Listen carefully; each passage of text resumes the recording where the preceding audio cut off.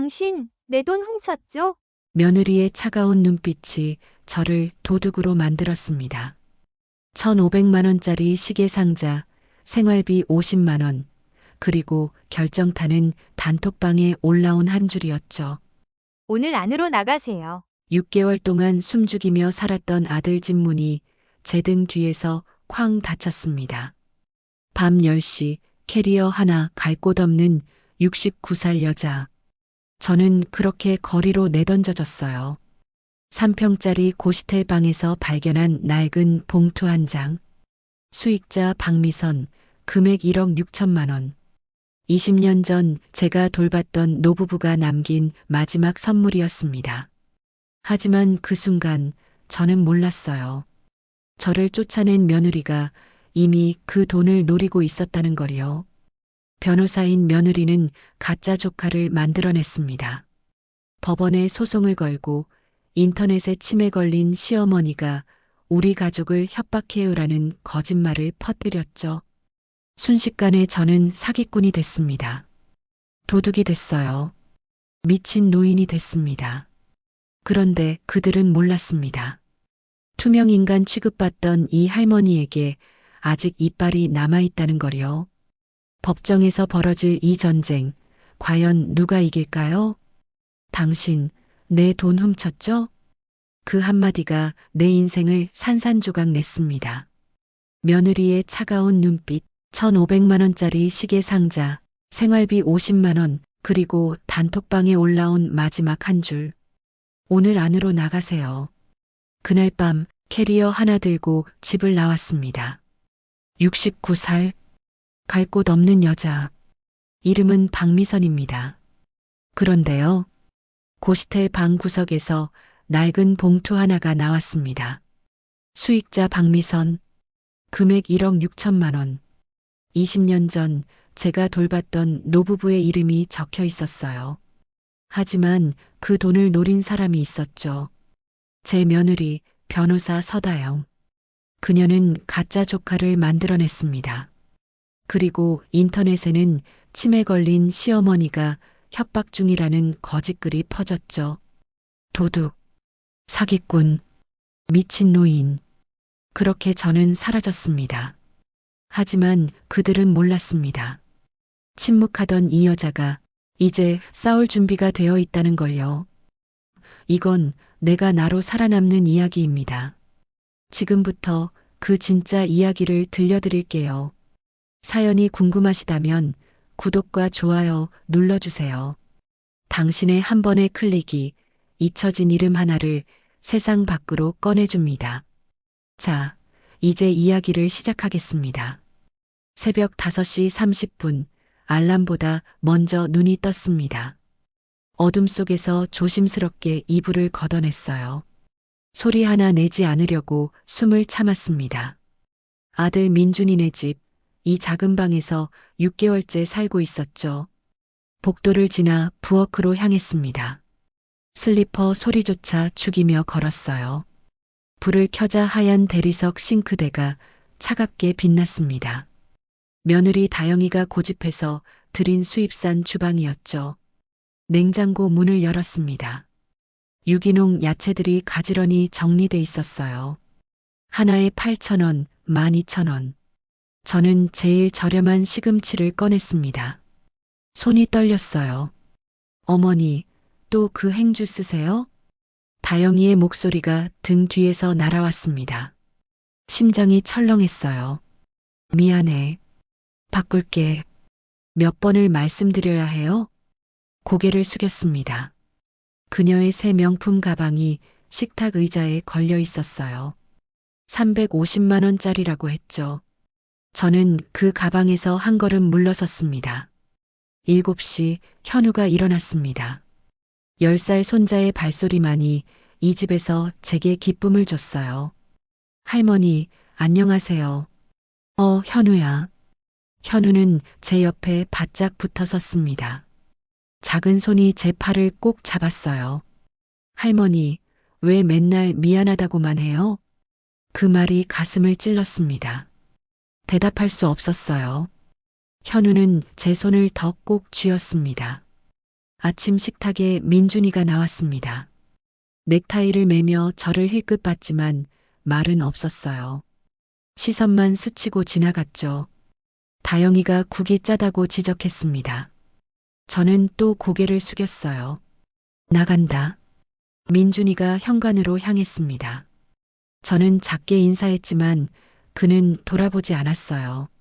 설거지를 하며 거품을 바라봤습니다. 물속에서 생겼다가 사라지는 거품들이요. 문득 이런 생각이 들었어요. 나도 저 거품 같은 존재가 아닐까? 거울을 봤습니다. 69살 여자의 얼굴이 거기 있었어요. 생기 없는 눈빛, 힘없이 처진 입꼬리. 이게 정말 저일까 싶었습니다. 저녁 식탁도 조용했습니다. 민준이는 휴대폰만 보고 다영이는 현우만 챙겼어요. 저는 그 원 안에 없었습니다. 할머니, 저는 할머니 음식이 제일 맛있어요. 현우의 말에 간신히 웃었습니다. 하지만 그 웃음이 얼마나 쓰라린지 아무도 몰랐을 거예요. 밤이 깊었습니다. 작은 방 침대에 누워 천장을 바라봤어요. 현우의 말이 계속 맴돌았습니다. 왜 맨날 미안하다고만 해요? 왜일까요? 정말 왜 그럴까요?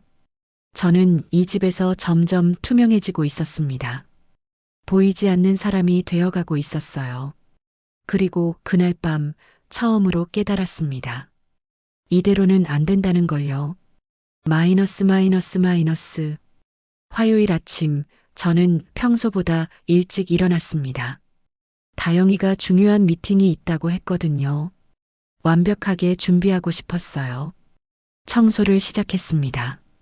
소파 밑까지 꼼꼼히 살폈어요.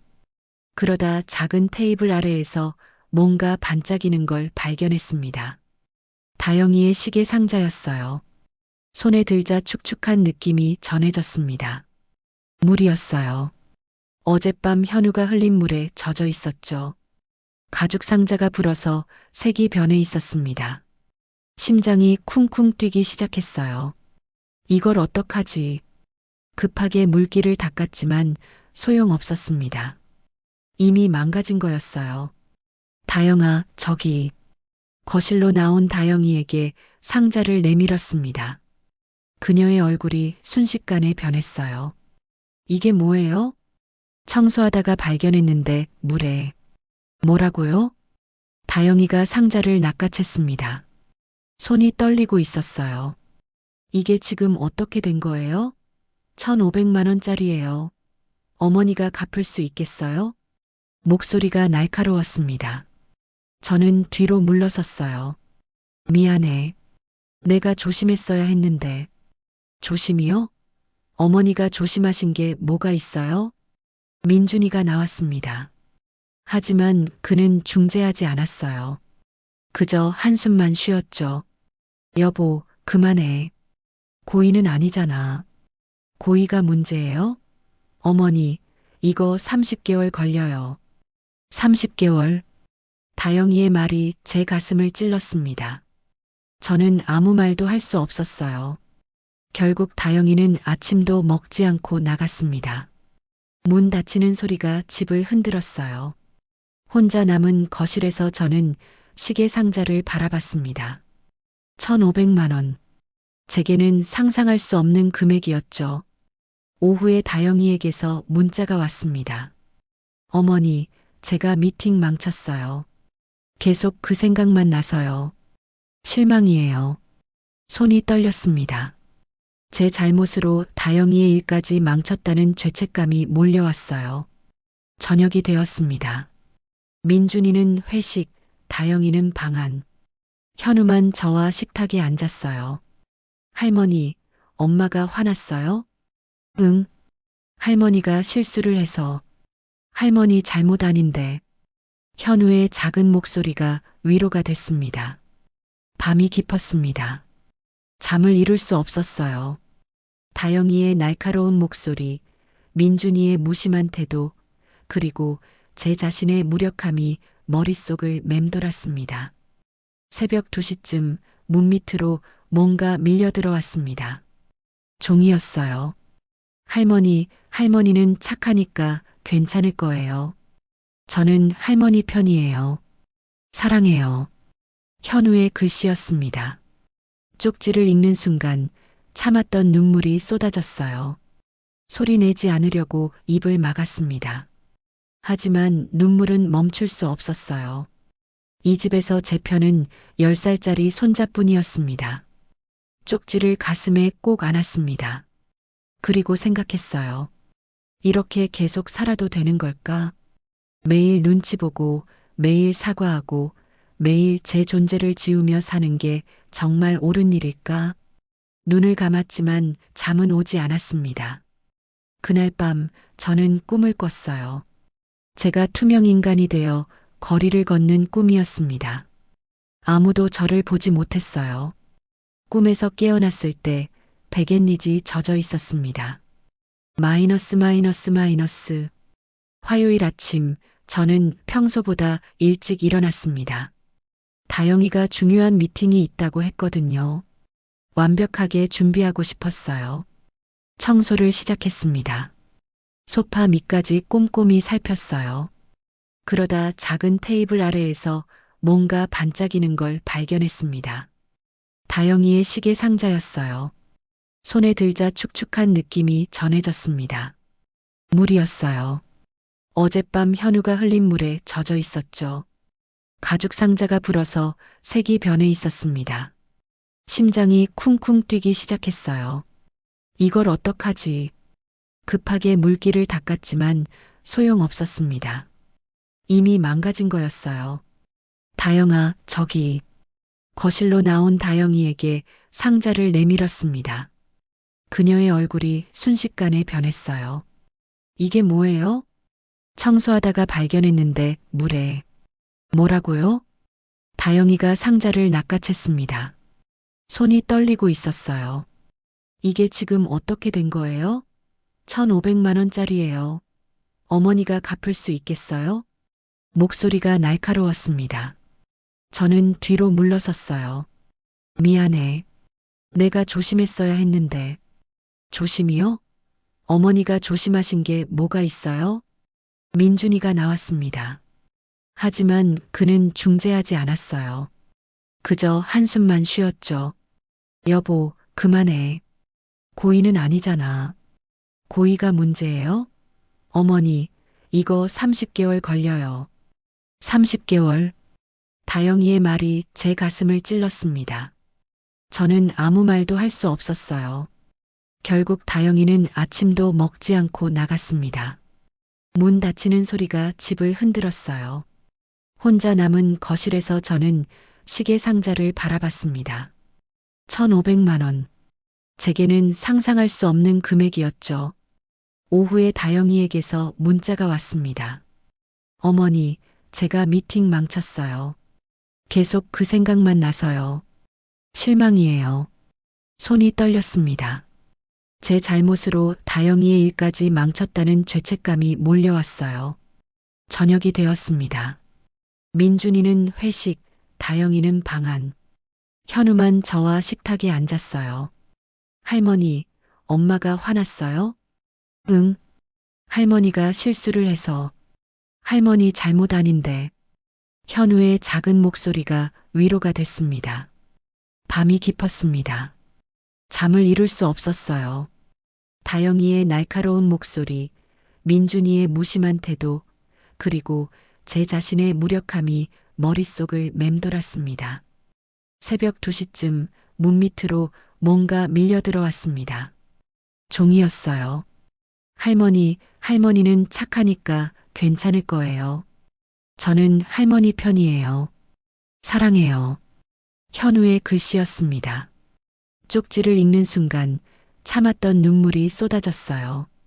소리 내지 않으려고 입을 막았습니다. 하지만 눈물은 멈출 수 없었어요. 이 집에서 제 편은 10살짜리 손자뿐이었습니다. 쪽지를 가슴에 꼭 안았습니다. 그리고 생각했어요. 이렇게 계속 살아도 되는 걸까? 매일 눈치 보고, 매일 사과하고, 매일 제 존재를 지우며 사는 게 정말 옳은 일일까? 눈을 감았지만 잠은 오지 않았습니다. 그날 밤 저는 꿈을 꿨어요. 제가 투명 인간이 되어 거리를 걷는 꿈이었습니다. 아무도 저를 보지 못했어요. 꿈에서 깨어났을 때 백엔니지 젖어 있었습니다. 마이너스 마이너스 마이너스. 시계 상자 사건 이후 사흘이 지났습니다. 집안 분위기는 얼음장 같았어요. 다영이는 저와 눈도 마주치지 않았고 민준이는 더 늦게 들어왔습니다. 금요일 저녁 다영이가 저를 불렀습니다. 어머니, 잠깐 나와 보세요. 거실로 나가자 그녀는 휴대폰을 제게 보여줬어요. 단체 채팅방이 열려 있었습니다. 생활비 50만 원이 사라졌어요. 서랍장에 넣어뒀는데 없어요.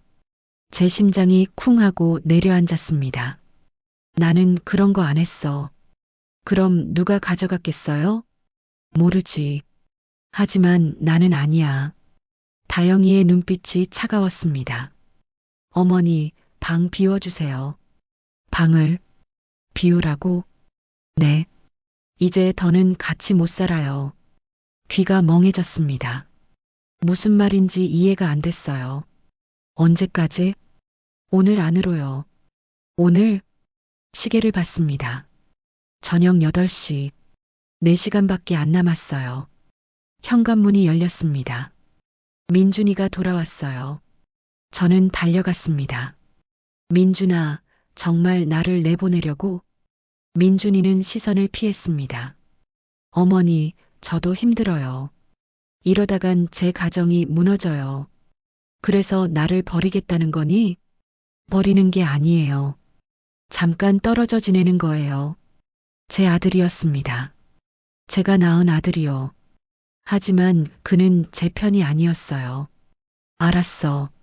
나갈게. 방으로 돌아와 짐을 쌌습니다. 옷가지 몇 벌, 세면도구, 약통, 작은 캐리어 하나에 다 들어갔어요. 69년 인생이 이렇게 작았습니다. 현우 방 앞에 섰습니다. 노크를 했어요. 들어오세요. 문을 열자 현우가 책상에서 고개를 돌렸습니다. 제 캐리어를 보더니 눈이 커졌어요. 할머니, 어디 가세요? 응. 할머니가 잠깐 나가야 할 것 같아. 왜요? 엄마 때문이죠? 현우의 눈에 눈물이 맺혔습니다. 저는 아이를 꼭 안아줬어요. 현우야, 이거 받아. 주머니에서 5천 원을 꺼내 현우 손에 쥐어줬습니다. 할머니, 따뜻한 거 드세요. 밖에 추워요. 그래, 고마워. 그리고 할머니, 전화해 주세요. 매일이요. 현우의 이마에 입을 맞췄습니다. 더 있으면 무너질 것 같았어요. 거실을 지날 때 민준이와 다영이가 소파에 앉아 있었습니다. 나간다. 어머니, 갈 데 있으세요? 응. 알아서 할게. 더 이상 말하고 싶지 않았습니다. 현관으로 향했어요. 문고리에 손을 얹었습니다. 돌아보고 싶었습니다. 하지만 그러면 안 될 것 같았어요. 문을 열고 나갔습니다. 딸깍. 문 닫히는 소리가 복도에 울렸습니다. 그 소리가 마치 종소리처럼 들렸어요. 제 인생에서 뭔가 끝났다는 걸 알리는 종소리요. 엘리베이터를 탔습니다. 거울에 비친 제 모습을 봤어요. 눈은 퉁퉁 부었고 얼굴은 창백했습니다. 건물 밖으로 나왔습니다. 10월 말 밤 공기가 차가웠어요. 캐리어를 끌고 걷기 시작했습니다. 어디로 가야 할까요? 한참을 걸었을 때 휴대폰이 울렸습니다. 복자였어요. 미선아, 지금 어디야? 복자야. 목이 메었습니다. 나 아들 집에서 나왔어. 뭐? 위치 보내. 내가 바로 갈게. 30분 후 복자의 차가 섰습니다. 저는 복자의 품에 안겨 울었어요. 길 한가운데에서 소리내어 울었습니다. 미안해. 됐어. 일단 차 타. 차 안은 따뜻했습니다. 어디 갈 데 있어? 없어. 그럼 내가 아는 고시텔 있어. 내일 가보자. 복자의 차가 출발했습니다. 창밖으로 아들 집이 멀어졌어요. 이제 정말 끝이구나. 하지만 동시에 이런 생각도 들었습니다. 어쩌면 이게 새로운 시작일지도 모른다고요. 마이너스 마이너스 마이너스. 복자네 집에서 하룻밤을 보내고 다음날 아침 일찍 나왔습니다. 더 폐를 끼치고 싶지 않았거든요. 복자가 말했던 고시텔 주소를 찾아갔습니다. 오래된 건물 3층이었어요. 해빛고시원이라는 간판이 페인트가 벗겨져 있었습니다. 계단을 올랐습니다. 엘리베이터가 없었거든요. 캐리어를 들고 오르니 숨이 찼어요. 복자 씨 친구분이시구나. 들어오세요. 주인 아주머니가 방을 보여줬습니다. 3평 남짓한 공간이었어요. 책상 하나, 침대 하나, 작은 옷장. 그게 전부였습니다. 한 달에 35만 원이에요. 보증금은 30만 원이고요. 연금이 50만 원. 여기 방세 내면 15만 원 남아요. 빠듯했지만 선택의 여지가 없었습니다. 여기로 할게요. 계약서를 쓰고 열쇠를 받았습니다. 문을 닫자 너무 조용했어요. 귀가 먹먹할 정도로요. 이제 여기가 제 집입니다. 3평짜리 고시텔 방이요. 짐을 풀기 시작했습니다. 그러다 캐리어 안쪽 주머니에서 낡은 봉투 하나가 튀어나왔어요. 무슨 봉투였을까요? 기억이 안 났습니다. 봉투를 열었습니다. 서류가 들어 있었어요. 유중신탁 안내문. 수익자 박미선. 심장이 쿵 하고 뛰었습니다. 다음 장을 넘겼어요. 위탁자 김성호, 최은숙. 그 이름을 보자 기억이 떠올랐습니다. 20년 전 제가 돌봤던 노부부였어요. 1년 넘게 그분들을 돌봤었죠. 할아버지는 치매를 앓고 계셨고 할머니는 중풍으로 거동이 불편하셨습니다. 두 분 다 자식이 없으셨어요. 저를 딸처럼 대해주셨죠. 서류를 자세히 읽기 시작했습니다. 두 분이 돌아가시기 전에 신탁을 설정하셨더라고요. 매달 일정 금액씩 20년 동안 제게 주도록요. 하지만 저는 한 번도 받은 적이 없었어요. 서류를 더 넘겨봤습니다. 우편물 반송 기록이 있었어요. 제 옛날 주소로 계속 통지서가 발송됐는데 모두 반송됐더라고요. 이사를 여러 번 했거든요. 손이 떨렸습니다.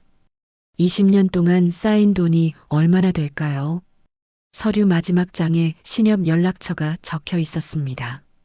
저는 휴대폰을 들었어요. 하지만 전화를 걸지 못했습니다. 혹시 이게 잘못된 정보라면? 혹시 이미 소멸된 거라면? 두려웠습니다. 하지만 확인은 해봐야 했어요. 심호흡을 하고 번호를 눌렀습니다. 여보세요, 새마을금고입니다. 저 유중신탁건으로 전화드렸어요. 박미선이요. 잠시만요. 키보드 두드리는 소리가 들렸습니다. 고객님 확인됐습니다. 혹시 월요일에 방문 가능하세요? 네, 갈 수 있어요. 전화를 끊고 나니 온몸에 힘이 빠졌습니다. 침대에 들어 누웠어요. 이게 정말 진짜일까? 믿기지 않았습니다. 하지만 동시에 작은 희망이 생겼어요. 저녁이 되었습니다. 배가 고팠지만 밖에 나가기 싫었어요. 가방에서 비스킷을 꺼냈습니다. 물과 함께 먹으니 목이 메었어요. 창밖을 봤습니다. 작은 창문으로 하늘 한 조각이 보였어요. 해가 지고 있었습니다. 문득 현우 생각이 났습니다. 아이는 지금 뭐 하고 있을까요? 밤이 깊어졌습니다. 침대에 누워 이불을 덮었어요. 잠이 오지 않았습니다. 머릿속이 복잡했거든요. 아들 집에서의 일들, 그리고 오늘 발견한 서류까지. 하지만 이상하게도 마음 한구석이 편했습니다. 아무도 제게 뭐라 하지 않았거든요. 눈치 볼 사람도 없었어요. 이 좁은 방이지만 온전히 제 공간이었습니다. 새벽 2시쯤 민준이에게서 전화가 왔습니다. 어머니, 괜찮으세요? 응, 괜찮아. 어디신데요? 친구 도움으로 방 구했어. 어머니, 미안해요. 됐어.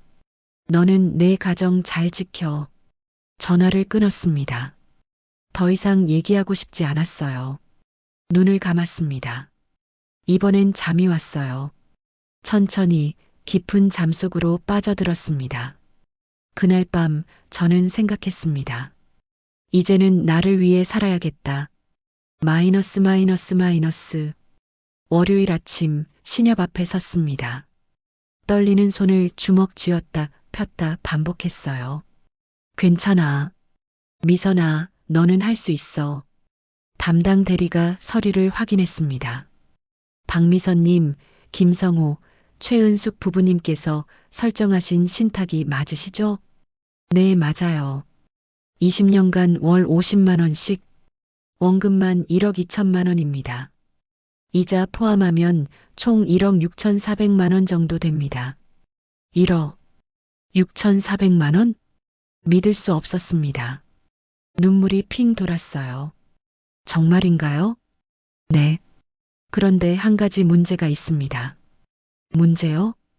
최근에 이 신탁에 대한 무효 소송이 접수됐어요. 가슴이 철렁 내려앉았습니다. 누가요? 원고 측 대리인 이름은 서다영 변호사입니다. 세상이 멈춘 것 같았습니다. 서다영. 제 며느리요. 뭐라고요? 일주일 전에 접수됐습니다. 소송이 진행 중이라 지금은 지급할 수 없어요. 신협을 나왔을 때 다리에 힘이 풀렸습니다. 길거리 벤치에 주저앉았어요. 다영이었습니다. 며느리가 이 일을 꾸민 거였어요. 어떻게 알았을까요? 그때 깨달았습니다. 제 방을 뒤졌겠죠. 생활비 사라졌다는 핑계로요. 분노가 치밀어 올랐습니다. 하지만 동시에 무력감도 느껴졌어요. 휴대폰이 울렸습니다. 복자였어요. 미선아, 어떻게 됐어? 모든 걸 설명했습니다. 신탁 이야기, 다영이의 소송, 모든 것을요. 뭐, 그 여자가 미쳤구나. 나 어떻게 해야 해? 변호사 선임해야지. 내가 아는 사람 있어. 좋은 변호사야. 30분 후 복자가 나타났습니다. 우리는 함께 법률사무소로 향했어요. 정아림 법률사무소. 30대 중반의 여자 변호사가 반겼습니다. 안녕하세요. 정아림입니다. 저는 처음부터 끝까지 모든 상황을 설명했습니다. 하림 변호사는 메모하며 들었어요. 승산 있어요. 정말요? 네. 신탁 설정 당시 두 분의 정신 상태를 입증할 수 있는 자료가 필요해요. 있어요. 제가 일지를 썼거든요. 매일매일 기록했어요. 완벽하네요. 비용은요? 제가 승소보수제로 할게요. 이기면 받고 지면 안 받아요. 정말요? 네. 이건 부당한 소송이에요. 저는 이런 사건을 제일 싫어해요. 저는 하림 변호사의 손을 꼭 잡았습니다. 고맙습니다.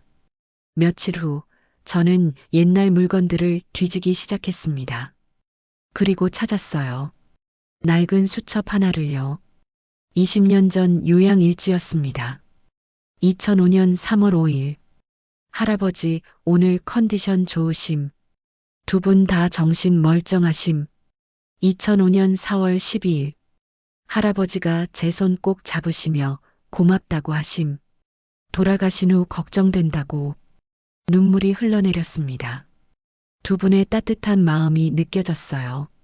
일지를 가슴에 안았습니다. 그리고 다짐했어요. 할아버지, 할머니, 제가 꼭 지킬게요.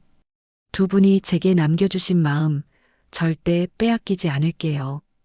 일주일 동안 증거를 모았습니다. 시청에 가서 가족관계 증명서를 떼고 병원에 연락해서 진료 기록을 요청했어요. 복자도 도와줬습니다. 하림 변호사는 자료를 검토하며 고개를 끄덕였습니다. 좋아요. 특히 이 일지가 결정적이에요. 정말 이길 수 있을까요? 네.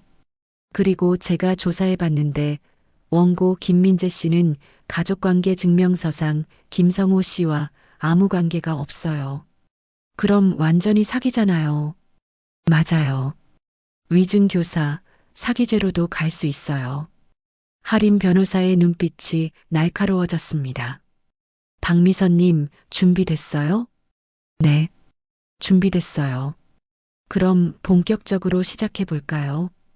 그날 밤 저는 일지 마지막 장에 새로운 글을 썼습니다. 2025년 11월 5일. 오늘부터 나는 싸운다. 나를 위해, 나를 믿어준 사람들을 위해. 더 이상 투명 인간으로 살지 않는다. 나는 박미선이다. 마이너스 마이너스 마이너스. 소송 준비가 본격화되고 2주일이 지났습니다. 그런데 문제가 생겼어요. 어느 날 아침 복자에게서 다급한 전화가 왔습니다. 미선아, 지금 맘카페 봤어? 나 그런 거 안 해. 내가 캡처 보낼게. 사진이 도착했습니다. 화면을 확대했어요. 강남구 엄마들 모임 게시판이었습니다. 시어머니 조심하세요. 저희 시어머니는 치매 초기 증상이었어요. 물건을 훔치고 거짓말하고 심지어 저희를 상대로 터무니없는 소송까지 걸었어요. 정말 조심하세요. 글쓴이는 익명이었지만 다영이었습니다. 댓글들이 수십 개 달려 있었어요. 모두 다영이 편이었죠. 손이 부들부들 떨렸습니다. 복자야, 이거 하림 변호사한테 연락해. 저는 떨리는 손으로 전화했습니다. 캡처해 두세요. 증거로 쓸 수 있어요. 그리고 절대 직접 대응하지 마세요. 하지만 박미선님, 이건 상대의 전략이에요. 흔들리면 안 돼요. 하림 변호사가 말했습니다. 오늘 오후에 사무실로 오세요. 대응 방안을 의논해야 해요. 오후 하림 변호사는 모니터를 보여줬습니다. 맘카페만이 아니에요. 같은 내용이 5곳 이상에 올라와 있어요.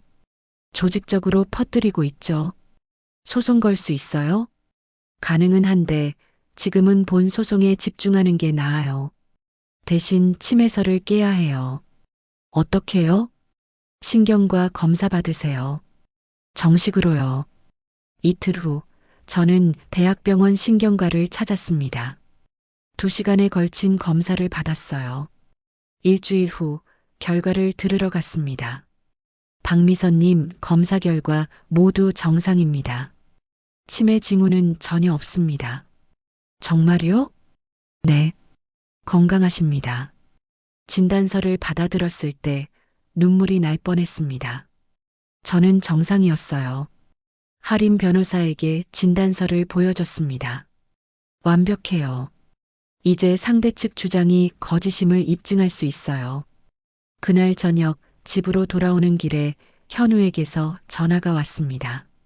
할머니, 작고 떨리는 목소리였어요. 현우야, 저 할머니 보고 싶어요.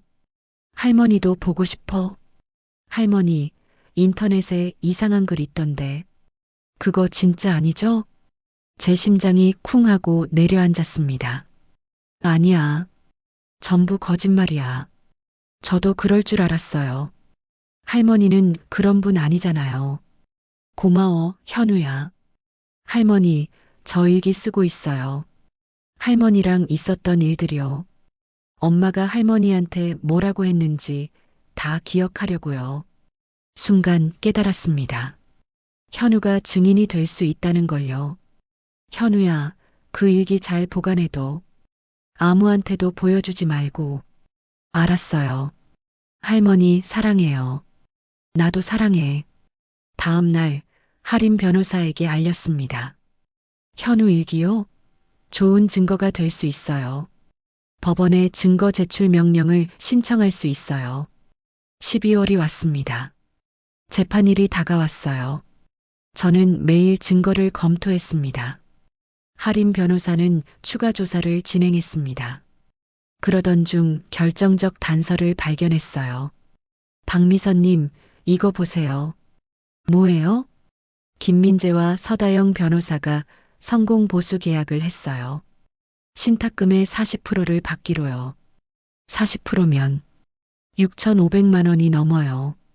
이건 변호사 윤리 위반이에요. 그럼 변호사 징계위원회에 제소할 수 있어요. 동시에 법정에서 이 점을 공격할 수 있고요. 희망이 보이기 시작했습니다. 하지만 다영이도 가만히 있지 않았습니다. 12월 초 또다시 온라인에 글이 올라왔어요. 시어머니가 저희를 협박하고 있어요. 돈을 달라며 아이까지 이용하려 해요. 거짓말이었습니다. 하지만 댓글들은 또 다영이 편이었죠. 재판 전날 밤 잠이 오지 않았습니다. 창밖을 바라봤어요. 12월 한밤중에 하늘은 맑았습니다. 별이 총총히 빛나고 있었죠. 내일이면 모든 게 시작된다. 손에 땀이 났습니다. 하지만 두렵기만 한 건 아니었어요.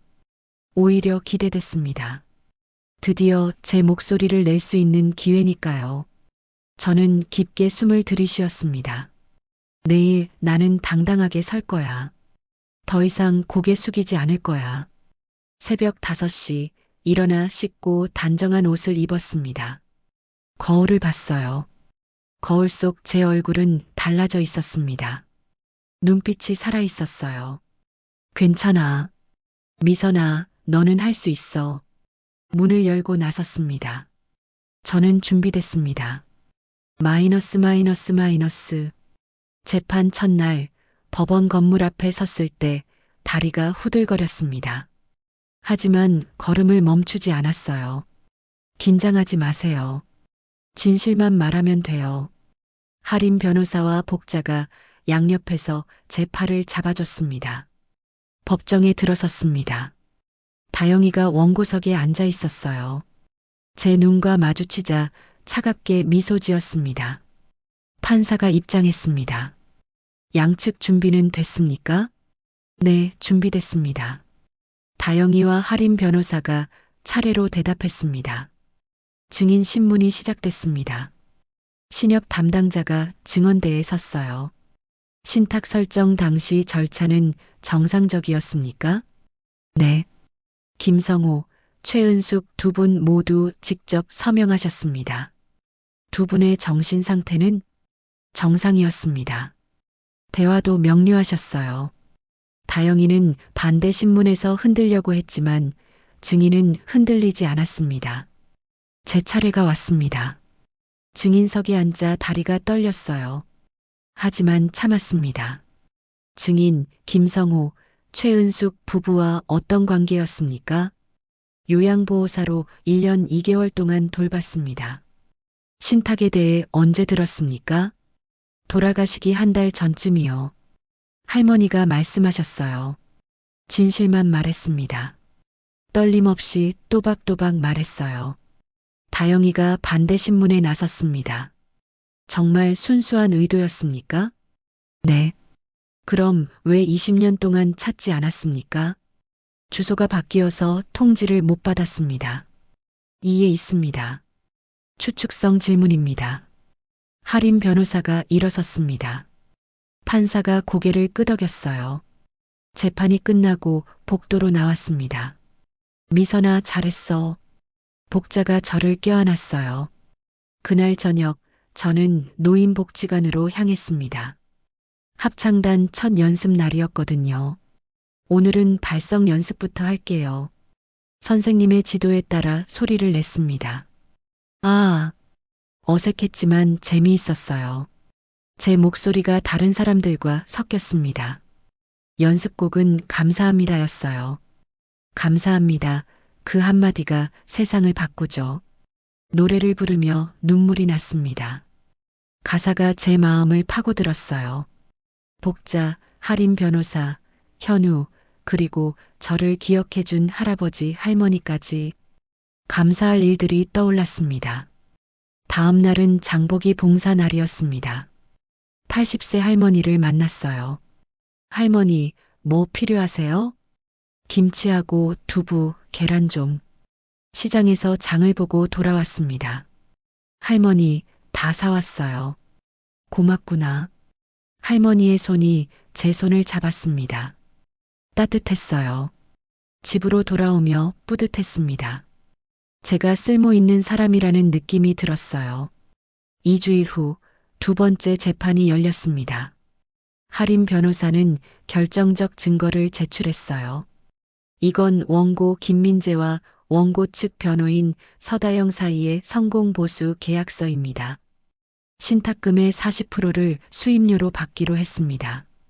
법정이 술렁였습니다. 다영이의 얼굴이 하얗게 변했어요. 이건 변호사 윤리 강령 위반입니다. 판사가 서류를 검토했습니다. 원고 측 변호인, 이게 사실입니까? 다영이가 일어섰습니다. 목소리가 떨렸어요. 재판장님, 그건 의뢰인과의 합의 사항입니다. 과도한 성공 보수는 변호사법 위반입니다. 다영이는 앉았습니다. 손이 떨리는 게 보였어요. 그리고 재판장님, 원고 김민재의 신원 조회 결과도 제출합니다. 김민재는 10년 전 사기죄로 집행유예를 받았고 김성호 씨와 아무런 혈연 관계가 없습니다. 법정이 다시 술렁거렸습니다. 재판이 끝났습니다. 저는 하림 변호사와 밖으로 나왔어요. 우리가 훨씬 유리해요. 상대 측 논리가 무너지고 있어요. 복도 저쪽에서 다영이가 김민재와 다투는 모습이 보였습니다. 왜 미리 말 안 했어요? 변호사님이 알아서 해주실 줄 알았죠. 둘의 언쟁이 격해졌습니다. 그날 저녁 합창단 연습이 있었습니다. 저는 복지관으로 향했어요. 오늘은 감사합니다. 완성할 거예요. 크리스마스 때 공연도 있어요. 공연이라니. 떨렸지만 기대됐습니다. 연습이 시작됐습니다. 목소리를 합쳤어요. 감사합니다. 그 한마디가. 노래를 부르며 생각했습니다. 나는 지금 살아있다. 진짜로 살아있다. 법정에서 싸우고 합창단에서 노래하고 봉사활동도 하고 있었어요. 제 삶이 제 것이 됐습니다. 집으로 돌아와 침대에 누웠습니다. 천장을 보며 생각했어요. 저는 박미선입니다. 69살 합창단원, 봉사자, 그리고 제 권리를 위해 싸우는 사람이요. 이제 저는 두렵지 않았습니다. 마이너스. 세 번째 재판이 열리기 이틀 전 하림 변호사에게서 급한 연락이 왔습니다. 상대 측이 새로운 증인을 세웠어요. 사무실로 갔습니다. 하림 변호사는 심각한 표정이었어요. 박소연, 서다영 변호사 로펌의 후배래요. 그리고 김성호 씨의 옛 이웃이라는 사람도요. 증언 내용이 뭔데요? 박미선 씨가 김성호 부부를 고립시켰다는 거예요. 거짓말이에요. 알아요. 하지만 우리도 반박 증인을 준비해야 해요. 재판 당일이 왔습니다. 법정은 지난번보다 더 붐볐어요. 첫 번째 증인이 들어왔습니다. 박소연이었어요. 증인, 피고 박미선을 아십니까? 직접 만난 적은 없습니다. 하지만 서다영 변호사에게서 들었습니다. 하림 변호사가 반대 신문에 나섰습니다. 직접 목격한 건 아니죠? 네, 하지만 그럼 전문으로 들은 이야기뿐이네요. 증거 능력이 없습니다. 기각합니다. 판사가 말했습니다. 박소연의 증언은 무력화됐어요. 두 번째 증인은 장기철이라는 남자였습니다. 박미선 씨를 자주 봤어요. 왜 저렇게 자주 오나 싶었죠. 하림 변호사의 반대 신문이 시작됐습니다. 증인, 김성호 부부와 자주 대화하셨습니까? 아니요. 그럼 두 분의 건강 상태를 알고 계셨습니까?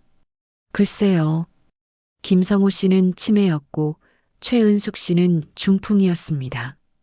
매일 돌봄이 필요했어요. 이웃 모임에 못 나온 건 고립이 아니라 건강 문제였던 거죠. 장기철은 대답하지 못했습니다. 점심 휴정 후 피고 측 증인 차례였습니다.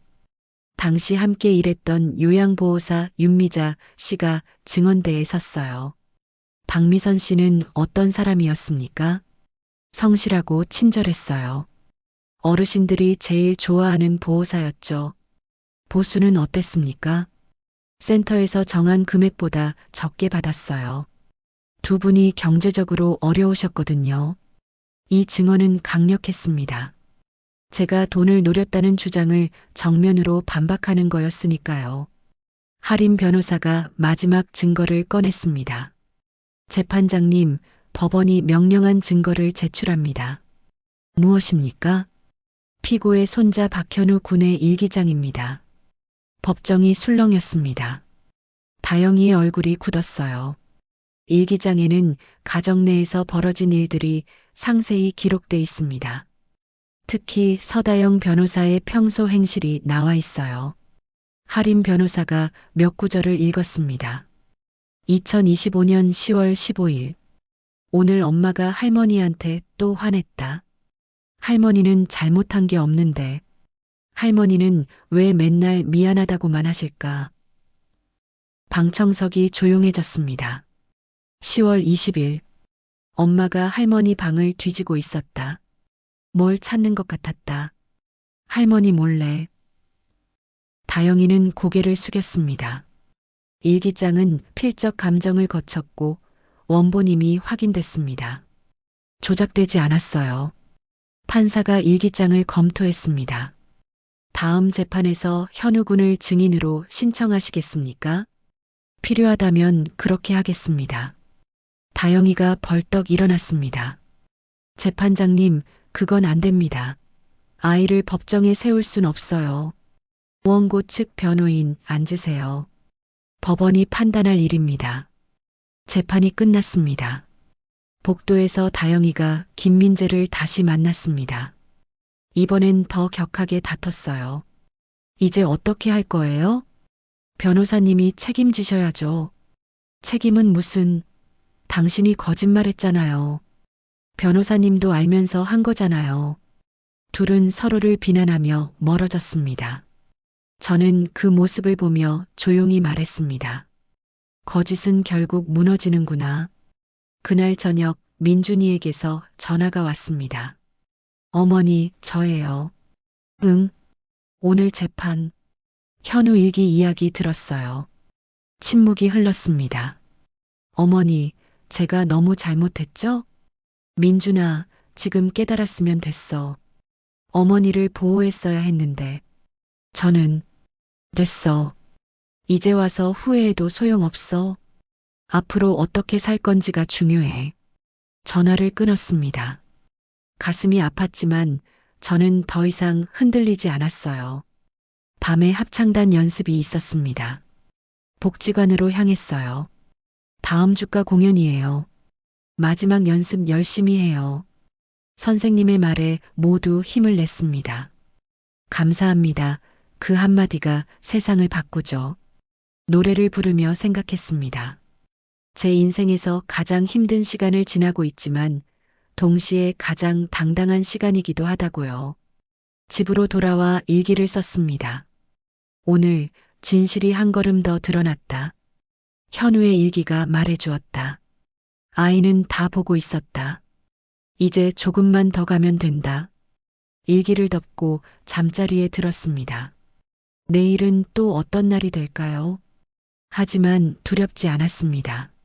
저는 이미 충분히 강해졌으니까요. 마이너스 마이너스 마이너스. 최종 변론일이 왔습니다. 12월 15일 법정은 사람들로 가득했어요. 저는 단정한 옷을 입고 법정에 들어섰습니다. 복자와 하림 변호사가 함께였어요. 판사가 입장했습니다. 오늘은 최종 변론을 듣겠습니다. 원고 측부터 시작하세요. 다영이가 일어섰습니다. 하지만 예전의 당당함은 없었어요. 목소리가 떨렸습니다. 재판장님, 저희는 피고가 부당한 방법으로 말을 잇지 못했습니다. 서류를 내려다보며 한숨을 쉬었어요. 원고 측 변호인 계속하세요. 죄송합니다. 잠시 다영이는 물을 마셨습니다. 그리고 간신히 변론을 이어갔어요. 하지만 힘이 없었습니다. 이상입니다. 다영이가 앉았습니다. 이제 하림 변호사 차례였습니다. 그녀는 침착하게 일어났어요. 재판장님, 이 사건의 본질은 명확합니다. 하림 변호사가 서류를 들어 올렸습니다. 첫째, 신탁은 합법적으로 설정됐습니다. 김성호, 최은숙 부부는 정상적 판단 능력이 있었고 모든 절차를 거쳤습니다. 둘째, 원고 김민재는 김성호 씨와 아무런 혈연 관계가 없습니다. 조카라는 주장은 거짓입니다. 셋째, 원고 측 변호인 서다영은 과도한 성공 보수 계약을 체결했습니다. 이는 변호사 윤리 위반입니다. 하림 변호사의 목소리가 법정에 울렸습니다. 넷째, 피고 박미선 씨는 20년간 이 신탁의 존재조차 몰랐습니다. 우편 반송 기록이 이를 증명합니다. 마지막으로 피고의 손자 박현우 군의 일기는 가정 내에서 무슨 일이 있었는지 보여줍니다. 피고는 피해자였습니다. 하림 변호사가 저를 바라봤습니다. 고개를 끄덕이며 격려해줬어요. 재판장님, 피고 박미선 씨에게 최후 진술 기회를 주십시오. 판사가 고개를 끄덕였습니다. 피고 진술하세요. 저는 일어섰습니다. 다리가 떨렸지만 걸어나갔어요. 증인석에 섰습니다. 법정이 조용해졌습니다. 모든 사람이 저를 바라봤어요. 저는 심호흡을 했습니다. 그리고 말하기 시작했어요. 저는 박미선입니다. 69살입니다. 목소리가 떨렸지만 계속했습니다. 20년 전 저는 김성호, 최은숙 할아버지 할머니를 돌봤습니다. 1년 2개월 동안요. 두 분은 자식이 없으셨어요. 외로우셨죠? 저는 그저 정성껏 돌봤을 뿐입니다. 할머니가 돌아가시기 전에 말씀하셨어요. 미선아, 우리가 너한테 뭔가 남겨주고 싶다고요. 저는 거절했습니다. 마음만 받겠다고 했어요. 하지만 할머니는 꼭 받아달라고 하셨습니다. 눈물이 났습니다. 하지만 참았어요. 그 후로 저는 20년간 몰랐습니다. 이사를 여러 번 했고 통지를 못 받았어요. 최근에 우연히 서류를 발견했습니다. 그리고 알게 됐죠. 두 분이 저를 기억해 주셨다는 걸요. 하지만 제 며느리는 이를 빼앗으려 했습니다. 거짓 조카를 내세워서요. 다영이를 바라봤습니다. 그녀는 고개를 숙이고 있었어요. 저는 돈이 중요한 게 아닙니다. 두 분의 마음이 중요합니다. 그분들이 저를 어떻게 생각하셨는지 그게 중요해요. 저는 제 명예를 지키고 싶습니다. 도둑이 아니라고, 사기꾼이 아니라고 말하고 싶어요. 재판장님, 저는 떳떳합니다. 부끄러운 게 없습니다. 목소리가 울렸습니다. 방청석에서 누군가 흐느끼는 소리가 들렸어요. 이상입니다. 저는 자리로 돌아왔습니다. 복자가 제 손을 꼭 잡아줬어요. 판사가 서류를 정리했습니다. 양측 변론을 모두 들었습니다. 판결은 2주일 후 선고하겠습니다. 다음 기일은 12월 29일 오전 10시입니다. 판사가 일어섰습니다. 모두 일어섰어요. 재판이 끝났습니다. 법정을 나오며 다영이와 마주쳤습니다. 그녀는 저를 보더니 고개를 돌렸어요. 다영아, 제가 불렀습니다. 그녀가 멈춰 섰어요. 나는 너를 미워하지 않아. 다만 안타까울 뿐이야. 다영이는 대답하지 않았습니다. 그저 걸어갔어요. 밖으로 나왔습니다. 겨울 햇살이 눈부셨어요. 미선아, 정말 잘했어. 복자가 저를 껴안았습니다. 이제 기다리는 일만 남았어요. 하림 변호사가 말했습니다. 결과가 어떻게 나올까요? 좋은 결과 있을 거예요. 진실은 이겼어요. 저는 하늘을 올려다봤습니다. 파란 하늘이 펼쳐져 있었어요. 할아버지, 할머니, 저 잘했죠? 이제 조금만 기다리면 돼요. 그날 저녁 저는 조용히 속삭였습니다. 이제 두렵지 않아요. 정말로 두렵지 않았습니다. 진실을 말했고 최선을 다했으니까요. 이제 판결을 기다릴 뿐이었습니다. 마이너스 마이너스 마이너스 12월 29일 판결 선고일이었습니다. 법정에 들어섰습니다. 이번엔 떨리지 않았어요. 복자와 할인 변호사가 함께였습니다. 판사가 입장했습니다. 모두 일어섰어요. 착석하세요. 판사가 판결문을 들어 올렸습니다. 법정이 숨을 죽였어요. 2025년 가단 742324 사건 판결을 선고합니다. 원고의 청구를 기각합니다. 제 심장이 쿵 하고 뛰었습니다. 신탁은 적법하게 설정됐고 피고 박미선은 정당한 수익자임을 인정합니다. 원고 김민재는 김성우와 혈연관계가 없으며 원고 적격이 없습니다. 소송 비용은 원고가 부담합니다. 판사가 판결문을 내려놓았습니다. 이상으로 판결을 마칩니다. 이겼습니다. 저는 이긴 거예요. 눈물이 주르르 흘러내렸습니다. 복자가 저를 껴안았어요. 미선아, 이겼어. 우리가 이겼어. 할인 변호사도 웃고 있었습니다. 축하드려요, 박미선님. 법정을 나왔습니다. 복도에서 다영이를 봤어요. 그녀는 멍하니 서 있었습니다. 저는 그녀 앞을 지나쳤습니다. 더 이상 할 말이 없었어요. 밖으로 나오자 겨울 햇살이 눈부셨습니다.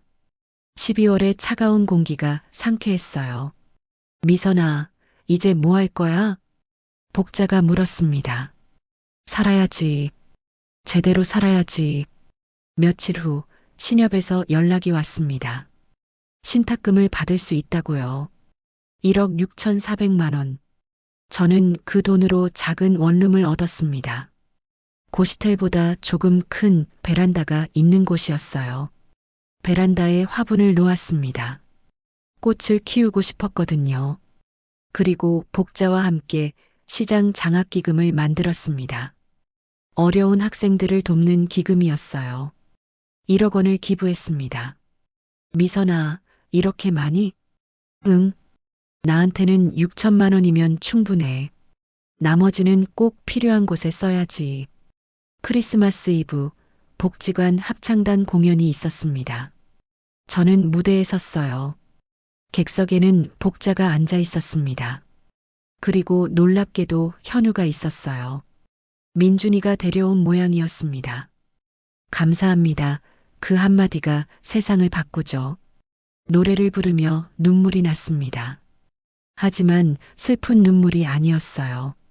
행복한 눈물이었습니다. 공연이 끝나고 현우가 달려왔습니다. 할머니, 현우야. 아이를 꼭 안았습니다. 얼마나 보고 싶었는지 몰라요. 할머니, 노래 정말 좋았어요. 고마워, 현우야. 민준이도 다가왔습니다. 어색한 표정이었어요. 어머니, 응, 정말, 죄송합니다.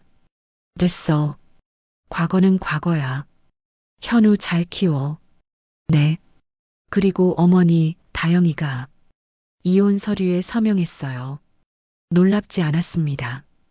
예상했던 일이었으니까요. 그래. 너도 새로 시작해.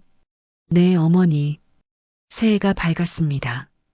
2026년 1월 1일이었어요. 저는 원룸 베란다에 서서 해를 봤습니다. 붉은 해가 떠오르고 있었어요. 새로운 시작이었습니다. 며칠 후 현우의 학교 발표회가 있었습니다. 저는 객석에 앉아 현우를 봤어요. 저는 제 할머니를 소개하고 싶습니다. 할머니는 가장 용감한 사람이에요. 현우가 저를 가리켰습니다. 사람들이 저를 봤어요. 할머니는 힘들 때도 포기하지 않으셨어요. 저는 할머니처럼 되고 싶어요. 박수가 터졌습니다. 저는 눈물을 닦았어요. 집으로 돌아오는 길 시장을 지나갔습니다. 예전에 장사하던 곳이었어요. 미선 씨, 오랜만이네. 아는 사람들이 반겼습니다. 잘 지내셨어요? 응, 잘 지냈어. 소문 들었어. 재판 이겼다며? 대단해. 사람들이 엄지를 치켜 세웠습니다. 저는 웃으며 인사했어요. 원룸으로 돌아왔습니다. 작지만 따뜻한 제 공간이었어요. 책상에 앉아 일기를 썼습니다. 오늘 나는 행복했다.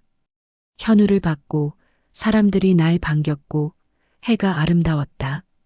나는 더 이상 투명 인간이 아니다. 나는 박미선이다. 베란다로 나갔습니다. 화분에 물을 주었어요. 작은 새싹이 돋아나고 있었습니다. 잘 자라라. 우리 함께 자라자. 하늘을 올려다봤습니다. 구름 사이로 햇살이 쏟아지고 있었어요. 문득 노래가 나왔습니다. 감사합니다. 작은 목소리였지만 확실했습니다. 저는 오늘도 제 이름으로 살아갑니다. 박미선으로요. 그리고 내일도 모레도 계속 그럴 겁니다. 더 이상 미안하다고 말하지 않아요. 더 이상 고개 숙이지 않습니다. 저는 제 삶을 살아갑니다. 당당하게, 떳떳하게 제 이름으로요. 나는 오늘도 내 이름으로 노래합니다. 마이너스 마이너스 마이너스. 오늘의 이야기 어떠셨나요? 이 가족에게 하고 싶은 말씀이 있으시면 여러분의 생각을 댓글로 편하게 나눠주세요. 이 아름답고 따뜻한 이야기가 널리 알려질 수 있도록 구독과 좋아요, 공유해 주신다면 여러분의 일상에도 기분 좋은 행운이 찾아올 거예요. 오늘도 감사합니다. 인생이막 사연극장이었습니다.